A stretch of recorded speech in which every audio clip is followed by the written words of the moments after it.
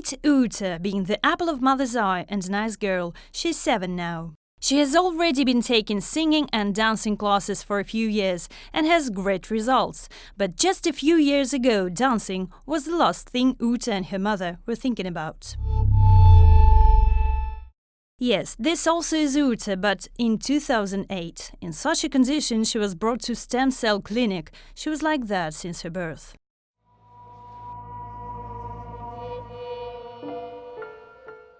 Ute was born in 2006 in the city of Kaunas in an ordinary maternity hospital. In this very place, she was first diagnosed with ICP. Ute had poor health from childhood. She was able to sit only at the age of 2.5, but only with assistance and supported by the pillows. She couldn't even hold anything in her hands. But she was smart. When you looked in her eyes, you immediately felt she understood everything you were talking about. She wasn't able to talk. She even couldn't lick her lips. The child required a continuous care.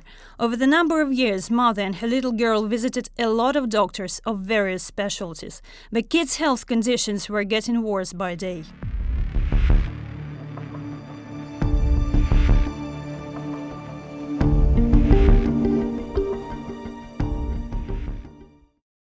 The key to Ute's recovery was hidden deep inside her body. Her latent stem cells can open up a possibility of Ute's recovery.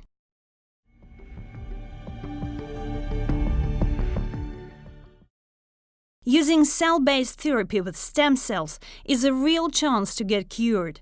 Ute and Erika were ready to leave for Moscow.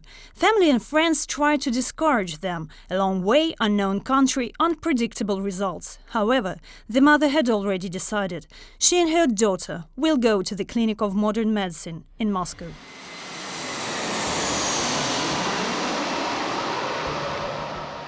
In our clinic, there are many children suffering from infantile cerebral palsy.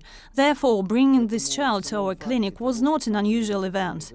People say a doctor has to be cold-blooded and calm as much as possible, and he should show no emotions while communicating with patients. Nevertheless, I, like any doctor facing these kids, felt nothing but a boundless compassion.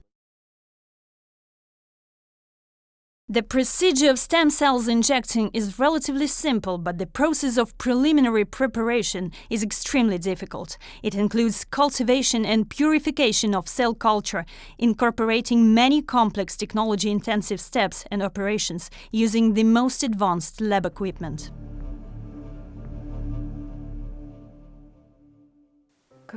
When I made a call to the stem cell clinic for the first time, I was asked to send Ute's complete medical history and all other relevant information, and then we scheduled the first appointment. Of course, we were confused, a big foreign city, and we are complete strangers, but the clinic took a good care of us. Being met at the airport, we felt relief. We settled at a good hotel, which was found for us by the clinic manager. After the first injection, we came back to the hotel and received several follow-up calls from the clinic.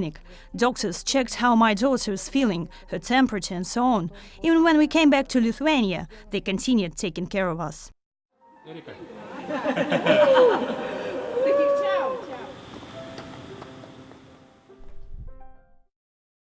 On March 15th, the last stem cell injection was done. There's nothing miraculous in the stem cells injection procedure. Usually, we use standard IV administration equipment.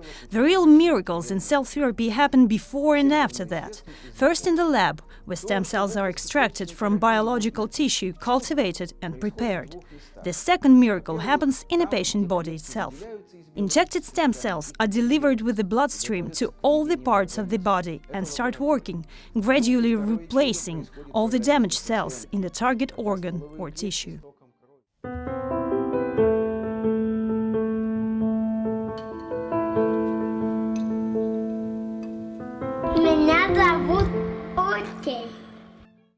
Meet Ute again. Her mother wasn't afraid to ask for help. Stem cell therapy has moved from experimental lab to clinical practice, becoming a working technology capable to help patients in many cases. One should know there is a possibility for cure. Erika and Ute know this now.